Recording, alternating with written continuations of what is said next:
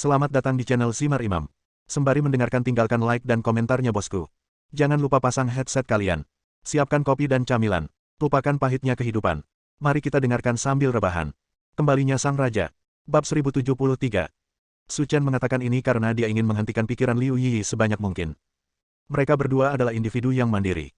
Dia akan memiliki kehidupan barunya sendiri di masa depan, jadi lebih baik mulai beradaptasi sekarang. Tuan, sebaiknya saya kembali ke wilayah tingkat kedua dulu. Saya sudah terbiasa di sana. Jika saya pindah ke tempat baru, saya mungkin tidak akan bisa tinggal di sana. Oke, ayo istirahat di sini malam ini. Aku akan mengantarmu kembali besok. Setelah pekerjaan selesai, aku akan kembali menemuimu. Tuan, jika Anda pergi ke wilayah tingkat keempat, Anda akan bertemu orang-orang dari Sekte Rusa Abadi di pintu keluar. Mereka pasti tidak akan menyerah dan mungkin akan ada konflik.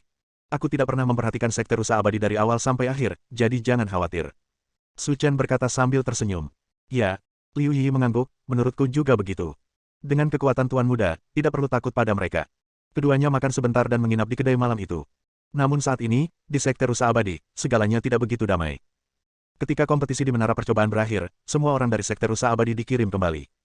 Awalnya, Cheng Hanshan mengira Xuan Yuanliang dan Dai Chengan dapat membawa Su Chen kembali. Dia bahkan telah merencanakan perkembangan masa depan sekte tersebut di dalam hatinya sejak lama. Tapi dia tidak pernah menyangka bahwa yang dia tunggu adalah 2 mayat dan lebih dari 40 murid sekte cacat. Cheng Hanshan hampir tidak bisa menerima kematian Xuan Yuanliang dan Dai Chengan. Namun sekitar 40 murid elit itu kehilangan satu lengan, dan perjalanan mereka menuju seni bela diri telah berakhir. Tidak ada lagi perbuatan besar yang mungkin dilakukan. Ini juga berarti masa depan Sekte Rusa Abadi hancur di tangan Su Chen. Reputasi sekte pertama di wilayah tingkat ketiga mungkin tidak dapat dipertahankan. Tuan pemimpin sekte, Su Chen membunuh 2 tetua, dan lebih dari 40 murid menjadi cacat. Masalah ini tidak boleh dilupakan dengan mudah. Jika tubuhnya tidak dapat digantung di kantilever sekte, reputasi yang telah dibangun oleh Sekte Rusa Abadi selama bertahun-tahun akan sia-sia. Tai Mingbo, tetua kedua dari Sekte Rusa Abadi, berkata, Tuan Sekte Guru, bagaimana dengan ini? Saya sendiri yang akan pergi ke sana dan menangkap Su Chen. Yang Tianxun, tetua agung dari Sekte Rusa Abadi, berkata. Menekan amarah di hatinya, Cheng Hanshan berkata perlahan. Sekarang bukan waktunya untuk membalas dendam, kita perlu berpikir jangka panjang. Harus dikatakan bahwa Cheng Hanshan jelas merupakan sosok nomor 1 di wilayah tingkat ketiga. Menghadapi situasi tragis seperti itu, ia tetap bisa menjaga sikap tenang, sesuatu yang tidak bisa dilakukan orang awam. Tuan Sekte Guru, apakah Anda punya rencana lain? Kata Yang Tianxun. Kalian semua tahu situasi spesifiknya. Su Chen menggunakan kekuatan guntur untuk menghancurkan tetua ketiga. Di antara orang-orang yang hadir, kecuali aku, siapa di antara kalian yang memiliki kemampuan seperti itu? Berbicara tentang ini, Yang Tianxun dan Tai Mingbo sama-sama tersipu, meskipun keduanya telah mencapai tingkat alam peri emas. Tapi dia tidak memiliki kekuatan untuk membunuh Xuan Yuanliang secara instan dengan satu gerakan. Melihat seluruh wilayah tingkat ketiga, hanya pemimpin sekte yang hampir tidak bisa melakukannya. Tuan, Master Sekte, jika kami bertiga menyerang pada saat yang sama, Su Chen akan sendirian. Jika saatnya tiba, akan sulit baginya untuk bertarung dengan 4 tinju. Kami pasti bisa membunuhnya. Setelah sekian lama, Cheng Hanshan masih menggelengkan kepalanya dan menolak lamaran Yang Tianxun.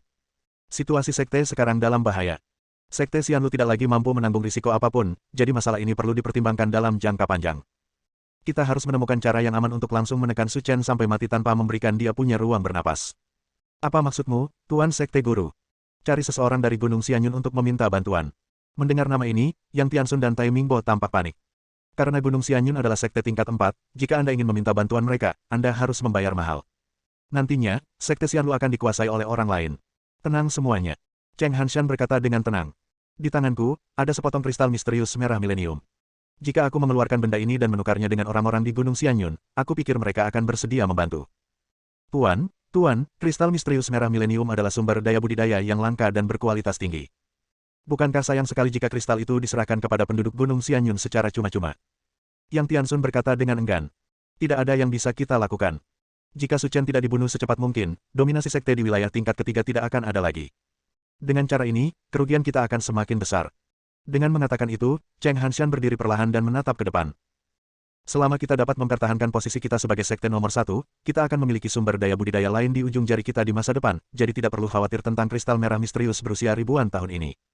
Tuanku, ketua sekte, berpandangan jauh ke depan dan kami telah belajar darinya. Cheng Hanshan mengangguk dan melanjutkan. Saya akan pergi sekarang untuk pergi ke wilayah tingkat keempat dan meminta bantuan orang-orang dari Gunung Xianyun. Dan kalian berdua, jangan diam. Dengan bakat Su Chen, dia tidak akan tinggal lama di sini, jadi pergilah ke pintu masuk untuk menyergap sekarang dan berikan dia pukulan fatal ketika saatnya tiba. Saya tahu, Tuan Sekte Guru, ayo pergi sekarang. Ketika dia bangun keesokan paginya, Liu Yi mengemasi barang-barangnya. Bersiaplah untuk berangkat bersama Su Chen dan kembali ke wilayah tingkat kedua. Namun sebelum kembali, mereka berdua pergi ke gerbang Yang Liu terlebih dahulu. Liu Yi dengan hati-hati memasukkan peringkat orang tuanya ke dalam tasnya, bersiap untuk menyatukannya kembali. Sepanjang perjalanan, Liu Yi mengalami depresi dan terus berjalan di belakang Su Chen tanpa mengucapkan sepatah kata pun, seperti keset. Su Chen tahu apa yang dia pikirkan, tapi dia tidak bisa berbuat apa-apa. Hidup memang seperti ini, penuh suka dan duka. Jika sesuatu terjadi pada Anda harus menghadapinya secara positif. Melihat tatapan menyedihkan Liu Yi, Su Chen tidak punya pilihan selain memperlambat kecepatannya. Perjalanan yang semula 3 hari tiba-tiba diperpanjang menjadi 5 hari. Dan di sepanjang jalan, dia juga menemukan beberapa tempat dengan pegunungan dan perairan, dan bermain dengannya sebentar, yang membuatnya merasa lebih baik. Setelah 5 hari perjalanan, Su Chen dan Liu Yi kembali ke wilayah tingkat kedua. Kurang lebih, hal ini membuat Su Chen merasa akrab dan bersahabat. Namun, ketika Su Chen kembali, dia terkejut saat mengetahui bahwa ngarai sungai darah berantakan. Ini seperti dirampok. Melihat adegan ini, Su Chen mengerutkan kening. Sebelum dia pergi, 2 organisasi besar pertama di wilayah Orde Kedua semuanya ditaklukkan olehnya. Secara logika, tidak mungkin ada orang yang menimbulkan masalah lagi. Dan apa yang terjadi dengan situasi di depannya? Su Chen dan Liu Yi mencari di sekitar ngarai, mencoba menemukan orang-orang yang tinggal. Tetapi mereka menemukan bahwa ngarai itu benar-benar sunyi, bahkan tidak ada satupun makhluk hidup yang dapat ditemukan, apalagi manusia. Tuan, cepat kemari, saya menemukan petunjuk. Bab 1074. Seruan Liu Yi menarik perhatian Su Chen dan dia segera berlari mendekat. Mengikuti arah jari Liu Yi, Su Chen melihat serangkaian simbol kecil yang padat. Namun setelah lama membacanya, saya masih belum mengerti apa maksudnya. Apakah kamu mengenali simbol-simbol ini? Oh hah. Liu Yi mengangguk dengan cepat, ini adalah kata sandi dari aliansi Sungai Darah, yang ditinggalkan oleh Master Hua dari Sekte Katak Emas. Dikatakan mereka berada di Bukit Berbatu di Hutan Hilang. Bukit Berbatu di Hutan Hilang. Su Chen bergumam, oke, kenapa kamu lari ke sana? Tuan, sesuatu mungkin telah terjadi pada Master Sekte Hua dan yang lainnya. Liu Yi berkata dengan gugup. Bagaimana kamu menilainya?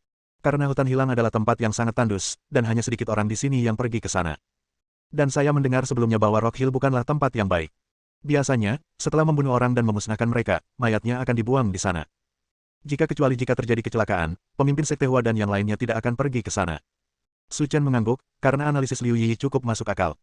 Meskipun aliansi Sungai Darah tidak kuat, mereka masih memiliki status di wilayah tingkat kedua. Jika bukan karena alasan khusus lainnya, saya mungkin tidak akan pergi ke tempat di mana burung tidak buang air besar. Tahukah kamu di mana letak Bukit Berbatu di Hutan Hilang? Ekspresi Liu Yi sedikit berubah. Saya tahu. Apa ekspresimu? Apa tidak mungkin pergi ke sana?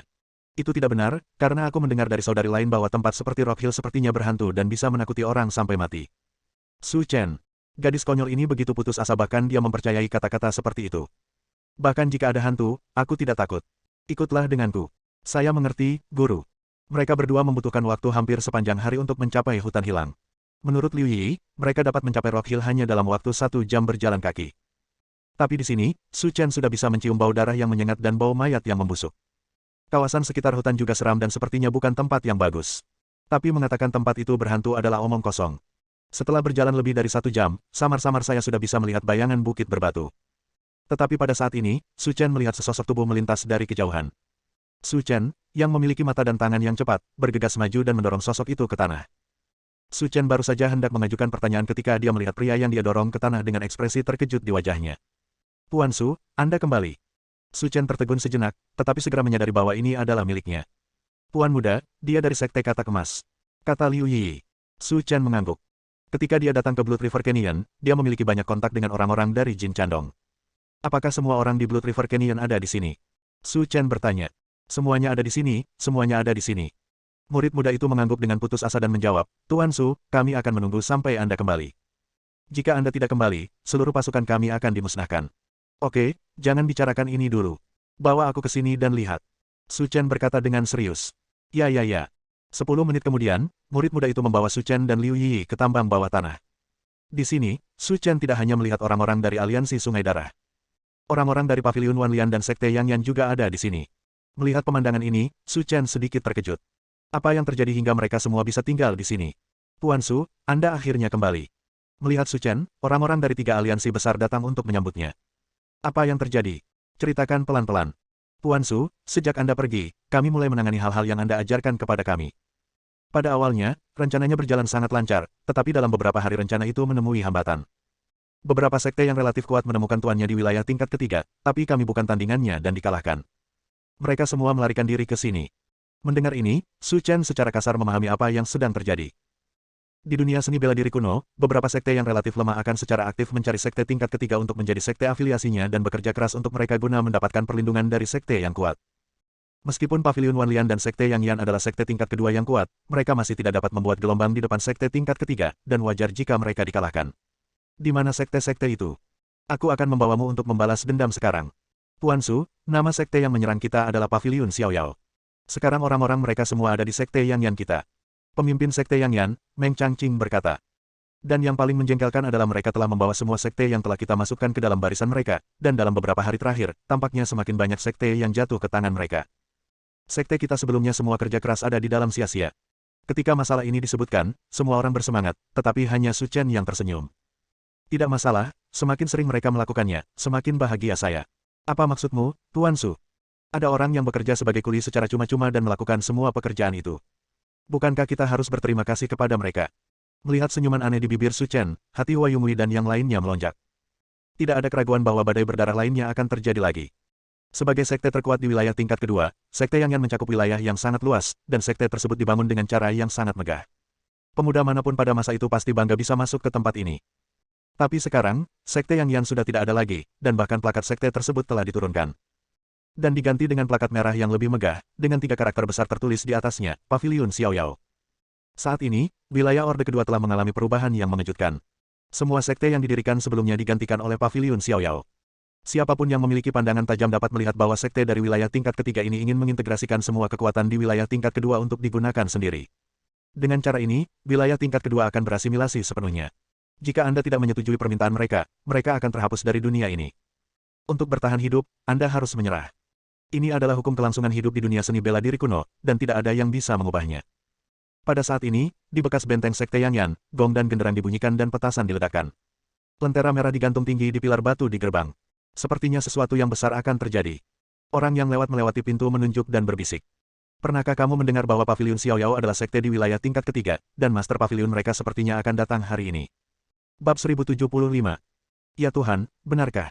Master Paviliun dari sekte tingkat ketiga benar-benar mendatangi kita. Berita seperti ini, bagi semua orang, seperti seorang kaisar kuno yang sedang melakukan perjalanan. Mereka semua adalah orang biasa yang tinggal di wilayah tingkat kedua. Orang-orang di wilayah tingkat ketiga jarang melakukan kontak dengan mereka, apalagi orang-orang di tingkat Master Sekte. Jadi wajar jika kita panik. Segera, situs lama Paviliun Yang Yan menjadi ramai, dan orang-orang berkumpul di beberapa lingkaran, siap untuk menyaksikan kegembiraannya. Tak lama kemudian, terdengar langkah kaki di luar kerumunan. Semuanya memberi jalan, menjauh, jangan menghalangi kami. Mendengar teriakan itu, orang-orang yang mengelilingi pintu mundur ke segala arah. Lalu saya melihat belasan orang berteriak di depan dan di belakang sekelompok pria parubaya berjalan menuju sisi ini. Pria parubaya itu tidak terlalu tua, dia terlihat berusia 40-an. Dia mengenakan jubah abu-abu dan terlihat dewasa. Meski masih muda, rambutnya sudah setengah putih, namun saat berjalan, ia berjalan dengan langkah naga dan harimau, bahkan memberikan aura harimau yang turun dari gunung, yang sangat sulit untuk dipusingkan. Titik. Nama pria itu adalah Fan Gaozuo, dan dia adalah penguasa Paviliun Xiaoyao. Karena Paviliun Xiaoyao telah mengintegrasikan kekuatan sekte tingkat kedua, tetua pertama dan tetua kedua mereka bersiap untuk kembali dan melaporkan berita tersebut kepada Fan Gaozuo. Namun Fan Gaozuo mengatakan bahwa dia ingin datang sendiri untuk melihat situasi di wilayah Orde Kedua. Jadi ada adegan hari ini. Lihat, orang itu seharusnya adalah Master Paviliun dari Paviliun Xiaoyao. Dia benar-benar agung dan heroik. Bukankah ini tidak masuk akal? Dia adalah Master Super dari wilayah tingkat ketiga, jadi dia secara alami sangat berbeda dari kita. Saya tidak pernah menyangka bisa melihat kesuksesan besar dalam hidup saya. Saya benar-benar merasa tersanjung. Jika Anda mengatakan itu, Anda harus berterima kasih kepada Paviliun Yang Yan dan Sekte Wanlian karena telah melakukan bunuh diri. Berdasarkan kekuatan mereka, mereka masih ingin mengintegrasikan semua sekte di wilayah tingkat kedua. Itu hanya lelucon. Itu hanya beberapa hari, pembalasan telah datang. Saya cukup sombong sebelumnya, tetapi di depan Paviliun Xiaoyao, semua orang seperti tikus yang menyeberang jalan. Mereka tidak hanya melarikan diri, tetapi mereka juga tidak menginginkan sekte mereka sendiri. Saya merasa malu hanya memikirkannya. Itu benar, tapi sekali lagi, jika mereka tidak melakukan bunuh diri, kita tidak akan melihat dampak sebesar ini. Itu benar. Orang-orang di sekitar gerbang banyak berbicara dan memandang Paviliun Xiaoyao dan Fan Gaozuo dengan kagum. Namun di mata Fan Gaozuo, mereka hanyalah orang-orang kelas bawah yang rendah hati, dan bahkan melihat mereka pun terasa sia-sia. Di bawah perlindungan beberapa murid, Fan Gaozuo masuk ke sekte dengan kepala terangkat tinggi. Pada saat yang sama, dua pria tua keluar dari aula dalam. Nama mereka masing-masing adalah Zhuge Hong dan Zuo Qi. Di Paviliun Xiaoyao, dia memegang posisi penatua pertama dan penatua kedua. Mereka berdua adalah orang-orang yang melakukan penyisiran terhadap aliansi Sungai Darah kali ini. Kalau tidak, mustahil Hua Yumui berada dalam situasi yang memalukan seperti itu. Tuan, Anda akhirnya tiba. Kami sudah lama menunggu Anda. Melihat Fan Gaozuo, mereka berdua membungkuk dan berkata, lalu menyambutnya ke dalam kamar dan duduk di meja. Sesuatu terjadi di wilayah tingkat ketiga baru-baru ini, jadi saya membuang-buang waktu, kalau tidak saya pasti sudah lama datang ke sini. Tuan Sekte Master, apa yang terjadi? Itu menyebabkan gangguan besar. Fan Gaozuo mengangguk dengan penuh semangat. Selama periode ini, kamu sedang menjalankan misi, jadi kamu tidak tahu tentang wilayah tingkat ketiga. Baru-baru ini, seseorang yang luar biasa muncul di sana, dan menjungkirbalikkan wilayah tingkat ketiga. Bahkan orang-orang dari Rusa Abadi Sekte jatuh ke dalamnya. Itu ada di tangannya. Setelah mendengar ini, kedua orang itu tampak ngeri. Tuan, Sekte Rusa Abadi adalah sekte terbesar di wilayah tingkat ketiga. Siapa lagi yang bisa menjadi ancaman bagi mereka? Tanya Zhuge Hong. Sebenarnya aku punya ide yang sama denganmu, tapi setelah bertemu orang itu, konsep itu rusak. Dia pertama-tama melumpuhkan murid paling menonjol dari Sekte Xianlu, Mo Shaoshan dan Zhao Chuyun, dan kemudian membunuh tetua keempat Dai Chengan dan tetua ketiga Xuan Yuanliang dengan menghancurkan mereka. Mendengar ini, keduanya merasa ngeri. Di Sekte Rusa Abadi, keempat orang ini memiliki status yang sangat tinggi. Bahkan jika mereka menyinggung salah satu dari mereka, mereka akan diburu oleh Sekte Rusa Abadi. Yang bagus sekarang adalah dia tidak hanya melumpuhkan dua murid paling menonjol, tapi juga membunuh dua tetua. Mungkin akan terjadi perkelahian di antara mereka sampai mati. Jangan cemas dan kaget. Masih ada hal-hal mengerikan yang akan datang. Sesuatu yang lebih menakutkan. Itu benar, karena orang yang bermusuhan dengan Sekte Rusa Abadi baru berusia 20-an. Baru berusia 20-an. Ekspresi wajah kedua orang itu bahkan lebih mengejutkan. Tidak mengherankan jika mereka adalah seorang ahli yang sudah lama berdiri, tetapi jika mereka adalah seorang pemuda berusia 20-an, itu sudah cukup untuk membuat jantung orang berdetak lebih cepat dan terus-menerus. Mereka terjaga di malam hari. Seberapa kuat bakatnya untuk memiliki kekuatan seperti itu? Tuan pemimpin sekte, bagaimana masalah ini pada akhirnya diselesaikan? Zhuge Hong bertanya dengan rasa ingin tahu. Awalnya, saya ingin menunggu beberapa hari lagi untuk melihat apa yang akan dilakukan Sekte Xianlu, tetapi mereka sangat diam akhir-akhir ini, dan mereka sepertinya tidak punya niat untuk membalas dendam, jadi saya tidak menunggu apapun. Lebih lama dan datang untuk bergabung dengan Anda. Biasanya, dengan karakter pembalasan dari Sekte Xianlu, mereka tidak boleh menyerah begitu saja. Zhuge Hong bergumam. Awalnya kupikir begitu, tapi mereka benar-benar berhenti bergerak. Fan Gaozuo berkata pada dirinya sendiri. Tetapi saya baru-baru ini memahami bahwa tindakan Cheng Hanshan mungkin untuk melestarikan Sekte Rusa Abadi, jika tidak, dia tidak akan hidup damai seperti ini. Apa maksudmu, Tuan Sekte Guru? Kamu tidak melihat pemandangannya saat itu. Dia hanya menggunakan satu gerakan untuk membunuh tetua ketiga Xuan Yuanliang secara instan. Dia adalah Master Super dari alam Tianzun. Untuk membunuhnya secara instan dengan satu gerakan, kekuatannya sendiri harus mencapai tingkat Jinsun. Dengan kata lain, Cheng Hanshan mungkin tidak memiliki kekuatan untuk membalas dendam, jadi dia memilih untuk berhenti bertarung. Petik 2. Kalau kamu bilang begitu, itu memang sangat mungkin. Oke, hal-hal ini tidak ada hubungannya dengan kita. Tidak perlu membahasnya lebih jauh. Selama kita tidak memprovokasi orang lain, tentu saja kita tidak akan menyalahkan Paviliun Xiaoyao.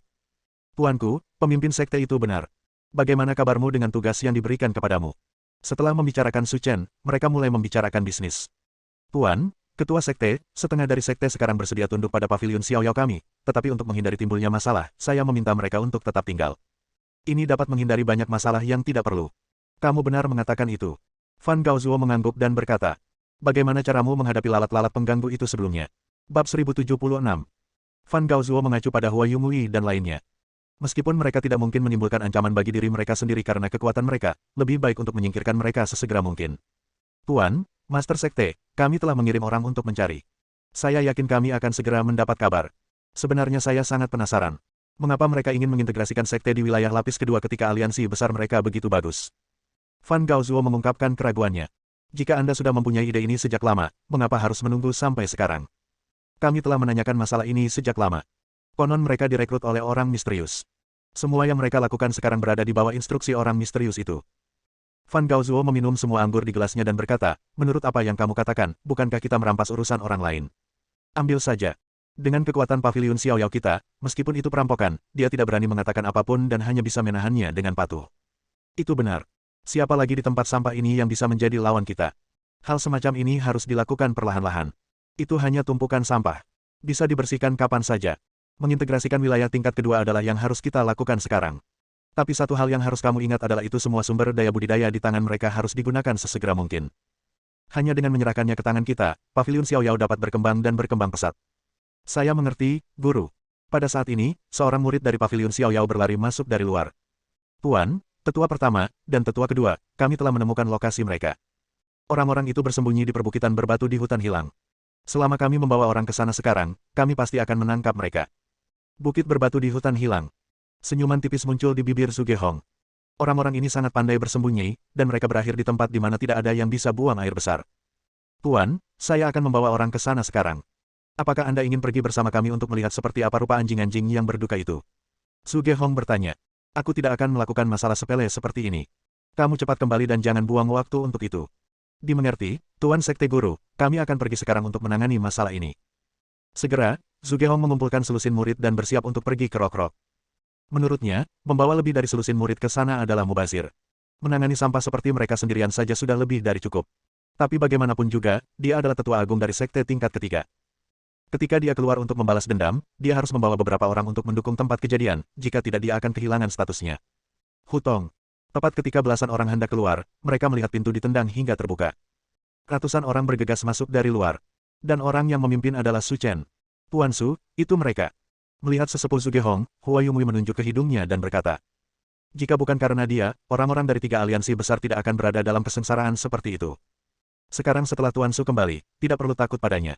Melihat Sugehong, Su Chen tersenyum dan terlihat lucu. Jika kamu berani merusak perbuatan baikku, kamu Paviliun Xiaoyao, pernahkah kamu memikirkan konsekuensinya? Melihat Su Chen, Sugehong tiba-tiba teringat apa yang dikatakan Fan Gaozuo. Dia harus menjadi pembawa pesan utama di baliknya. Pantas saja kamu berani melompat keluar dan berinisiatif membalas dendam dari Paviliun Xiaoyao. Ternyata orang yang mendukungku sudah kembali, tapi sayang sekali aku harus memberitahumu bahwa Master Sekte kita ada di sini hari ini. Saat yang tepat, Sugehong berkata sambil mencibir. Melihat Su Chen dan yang lainnya bergegas ke halaman, semua orang yang melihatnya menunjuk dan menunjuk. Bagaimana menurut mereka? Paviliun Xiaoyao adalah sekte tingkat ketiga. Jika kamu datang ke sini dengan kemeriahan yang begitu besar, bukankah kamu akan mati? Kamu tidak bisa mengatakan itu. Kamu lihat anak laki-laki itu sangat agresif. Dia pasti memiliki kekuatan dan tidak akan takut pada tetua pertama dan tetua kedua. Jadi bagaimana jika aku tidak takut? Jika Master Sekteku ada di sini, apakah aku masih takut padanya? Kamu benar. Mereka benar-benar tidak beruntung. Mereka pikir mereka akan mampu memenangkan kembali kota dengan bangga setelah pembantu mereka kembali, tapi pemimpin sekte mereka telah tiba. Mereka mungkin akan dimusnahkan. Siapa bilang tidak? Semua orang banyak bicara, menunggu untuk melihat kegembiraan Su Chen. Tetapi, ketika Fan Gaozuo melihat Su Chen, wajahnya berubah menjadi hijau. Bukankah ini Su Chen yang sama yang membuat keributan besar di wilayah tingkat ketiga sebelumnya? Bahkan sekte besar seperti sekte rusa abadi akan berhenti di hadapannya. Jika Anda berada di depannya, Anda tidak akan bisa membuat gelombang. Tuan, pemimpin sekte, sepertinya mereka telah menemukan orang hebat. Mari kita pergi ke sana dan melihat dan beritahu dia betapa kuatnya Paviliun Xiaoyao kita. Kata penatua kedua Zuoqi. Fan Gaozuo berdiri secara mekanis dan hampir ketakutan oleh Su Chen di depannya. Selangkah demi selangkah, Fan Gaozuo berjalan mendekat, dan semua orang menunggu untuk melihat lelucon Su Chen. Kematian mereka telah tiba. Berdebar. Berdiri 1 meter di depan Su Chen, Fan Gaozuo langsung berlutut. Tuan Su, apakah Anda yang ingin mengintegrasikan sekte di wilayah tingkat kedua sebelumnya? Melihat tindakan Fan Gaozuo, semua orang yang hadir tercengang. Semua orang tercengang dan terdiam. Apa yang terjadi? Begitu mereka bertemu, kamu tidak melakukan apapun dan hanya berlutut padanya. Tanda seru. Ini sungguh luar biasa. Tentu saja orang yang paling bingung di sini adalah Sugehong dan Zuoqi. Mereka mengira Su Chen akan memiliki kekuatan, jika tidak, mereka tidak akan berani datang ke sini. Namun di belakang mereka, ada juga penguasa klan, jadi tidak ada yang perlu mereka takuti. Tetapi penguasa sekte tersebut, tanpa mengucapkan sepatah kata pun, berlutut di depannya. Bagaimana kita bisa melawannya? Su Chen menatap Fan Gaozuo sambil tersenyum. Kamu pasti sudah tahu siapa aku. Ya, aku tahu, aku tahu. Percakapan antara kedua orang itu membuat orang lain semakin bingung. Sugehong mau tidak mau bertanya.